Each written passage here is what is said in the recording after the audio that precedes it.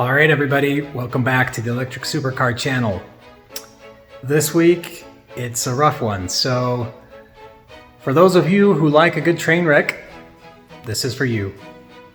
All right, so after the first drive or two, I've been checking brake lines. I don't know if you can quite see, but in there, I found, well, this is how I'm finding it, is I go and kind of just feel, see if there's any, I hate to call it moisture, but any brake fluid that's just got a tiny leak. And I found that under there, the proportioning valve, there's one that just, again, maybe it was something that I didn't clean up the first time when we were bleeding or when we were tightening things, but I took off the kind of the liner there and cleaned it all out, and I cleaned off the pipe there, or the, anyway, and so I'm going to go ahead and tighten it up, and when we do the next couple drives, I'll just make sure that I don't get any moisture or brake fluid in that spot. But all the other spots on the car, all the other connections and stuff are all dry and nice. Maybe not. Anyways, there's fluid down there. And my first thought was either the coolant or the brake lines, because that's kind of some of the things I've been testing. But what it is, let's see, can we look down here? Yeah, so this is the steering rack, and it seems to be, let's see, so it's leaking from there.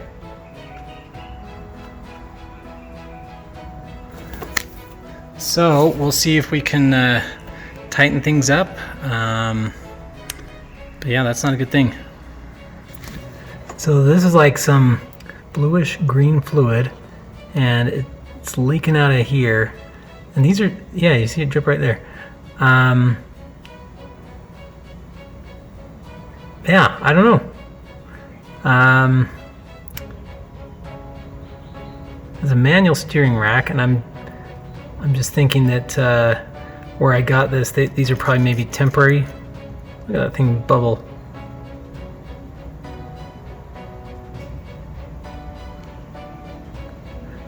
So my only thought is these are potentially temporary fittings, and this is meant to go into a kind of the real fittings, and I just left them. So I might need to see what fittings those are and just buy plugs for all those. I have both pack 1 and pack 2. They're both reading 397.3. So again, to the nearest tenth, they're identical. So we'll go ahead and connect them, and hopefully nothing bad happens. But then we'll fire it up and see if we get the boot cycle problem again. I don't have it set down quite all the way. There's just a gazillion wires trying to get in there. But that's about what it'll look like. I do have both packs hooked together. So I'm going to go and try to turn it on, and hopefully things don't blow up, and hopefully we don't get that boot cycle error. Still getting the boot cycle error. Ugh, gotta figure out what's going on. All right, doing more and more troubleshooting. I think what I'm leaning towards is that there's a high voltage current leak to the frame, essentially to ground, and so when it goes through the resistor and tries to adjust things, I think the controller shuts off because, I don't know. I just think that's what's going on, is somehow the ground is causing it too much voltage, and then this is kind of freaking out. So the only thing I know to do is just like take out all the batteries or something. I don't know. Trying to insulate them more electrically. If you guys got any thoughts, let me know. All right, some not so good news. The boot cycle, it used to just go on with pack 2. So pack 1 used to work. Also, if the high voltage system wasn't on, it would work. Now, so if I turn it on, it stalls out on this screen here, it goes and it says like initial failure or something like that. Init failure.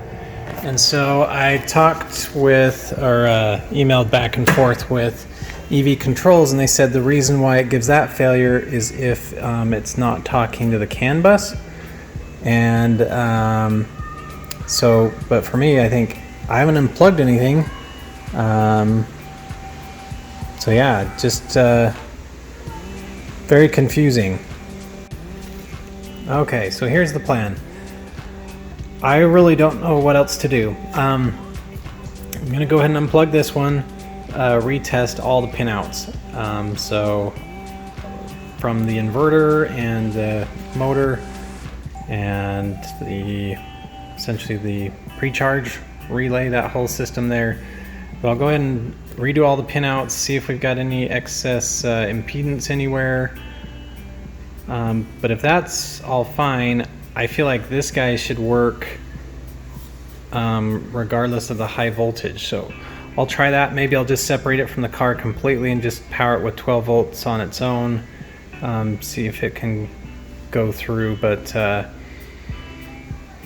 yeah, because again, I'm trying to troubleshoot what might be going on with the high voltage, but now I don't know what's going on.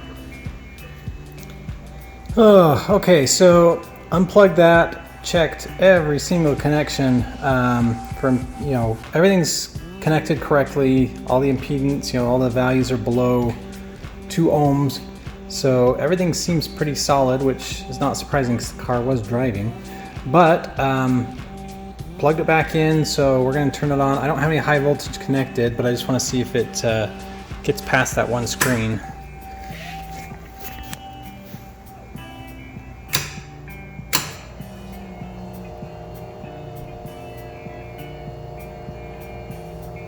Nope.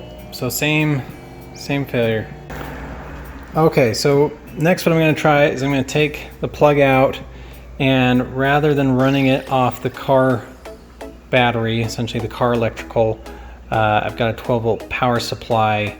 So again, then the power to the unit will be completely isolated, but all the other systems should be wired correctly. So we'll try that next.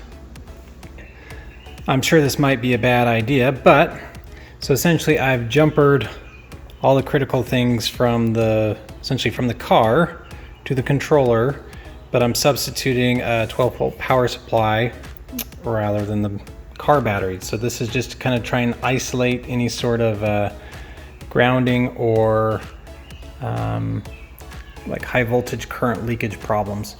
I didn't do everything like reverse lights and brake lights, but just like the inverter, and so again I did like all the let's see, so I did the CAN, I did oh dear, I think I even did the charger output, but I did the ground, all the powers, and the pre-charge relay, the other CAN, this terminal on inverter. So I'm going to go ahead and turn it on and see if we get the same result. If we get the same result, I kind of think I'll maybe go to send this back to EV Controls and have them look that over, because I don't know what else to do if I can't get this guy to even turn on. So we'll see here. So I'll turn on the car. That'll make all power to all the systems except for this one, and then I'll plug in the power supply. So this guy, he keeps falling out. All right.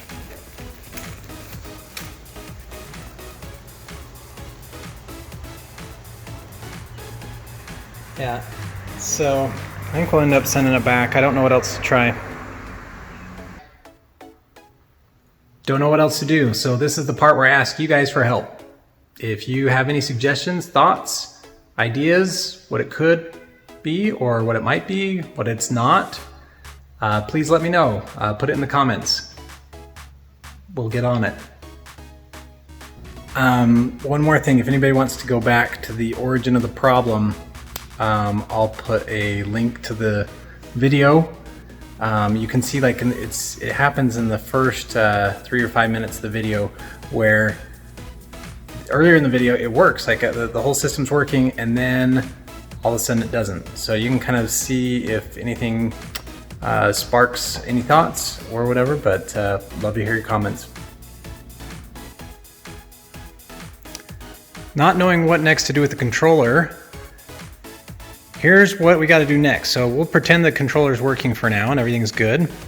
I still gotta, I guess we also have to assume that this is good. So I gotta tuck all that away, make it look nice. Before I put on the shell and some of the fiberglass components, some of the things I'd like to do, I want to get all the wires and things for a stereo, like a head unit there. So that's one of the things I want to do. I want to get essentially buttons to push for going drive, neutral, reverse, park, things like that. Beyond that, I also want to get a digital dash display. So I'll probably end up moving this one over to the center console, be kind of somewhere around where the head unit is, maybe below it, and then have the digital dash. So I want to do that, again, get speakers and things wired. So I want to make sure to get all the wiring done, and then it'll be kind of onto fiberglass. So with that being said, I've had a lot of electrical problems recently, so I might want to just dive into some fiberglass just for a good change of pace. Okay, I am wondering whether I should try to make this fit here. So it comes with these two fiberglass pieces that are kind of circles, and it's just some very generic bulbs for bright and day, just regular headlights, and I guess a turn signal as well. So what I'm wondering though is I've got these that were extra just from another car project, and they seem to fit pretty close to the size and shape.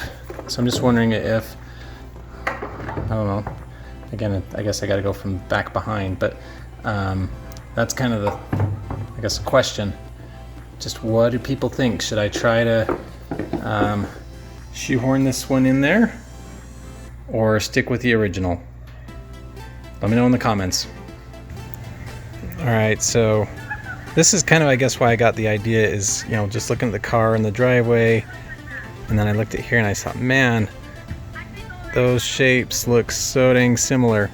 So I got it out, and I feel like if I wanted to, again, it's got a lot of this fiberglass kind of on the inside, but I feel like if I wanted to just shave that off so it's a little more flush, like I could just put it in from the back and it would look fairly good. But again, I want to hear what everybody else has to say.